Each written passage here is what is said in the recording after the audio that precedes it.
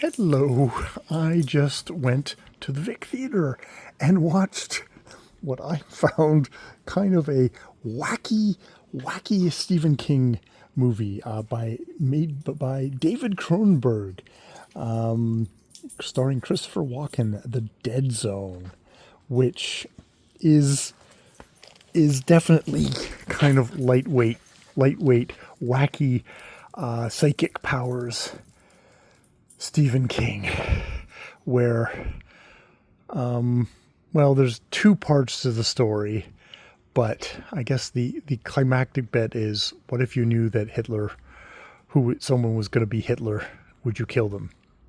Though maybe you could have also just exposed them as a fraud and a lunatic or a corrupt individual and sunk their career that way versus resorting to other stuff.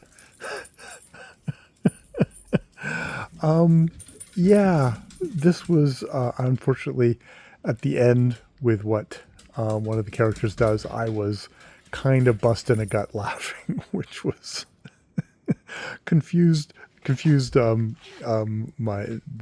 Kim who I went to it with, who's seen it a lot and has probably not get as much the cheese factor as I did watching it for the first time. But it was a lot of fun. Christopher Walken is always entertaining. This is definitely young, a little bit more restrained Christopher Walken. With all the Christopher Walkens, it's Kim showed us a video of him dancing in a music video before he went, which I was unfortunate because he limps with a cane, but he does such graceful balletic long strides with this cane that he can go way faster than I could. Like I couldn't do that, and I haven't been in a horrible car accident, and so I kind of that gave me a chuckle.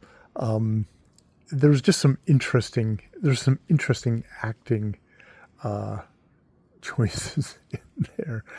Nicholas Campbell in a early role, which was interesting to see, and maybe give him a little bit more prominence than it should have for someone coming into the movie for the first time back when the film was made.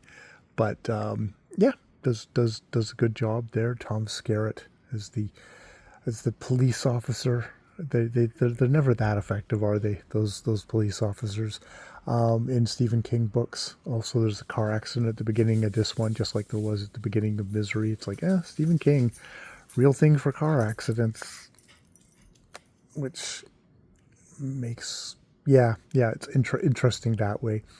So yeah, this. I mean, I was talking to Ja when we were going home, and it's like there's some movies where the supernatural or fantasy elements can heighten something, sharpen it, and there's other places where it can defang it entirely. And this is definitely a case where it just defangs it entirely because psychic powers in this movie are real. He can tell the future. Whatever he sees as the future is actually going to happen, so he has to morally act on it. So it kind of lets out any of the tension, lets out any of the moral ambiguity. There's nobody. It's fairly kind of low stakes, weirdly, in that way for a book, for a thing that kind of is kind of foretelling horrible Armageddon. It's like there's political violence in this movie, and because of the supernatural elements, it's completely justified. Even though with the conclusion of the movie, it really is pointed out, you could have prevented the future in non-violent ways, but you just chose the violent way. So there's that, and it also, the whole thing about killing Hitler is Hitler was actually a part of a whole horrible house of cards that all kind of clicked.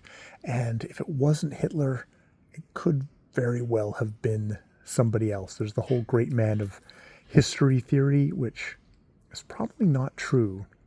It's more like history happens and they scoop up and they happen to select one person to push that forward, but they could as easily scoop another one and push history forward that way. That, strangely enough, is something that comes up in War and Peace very much so.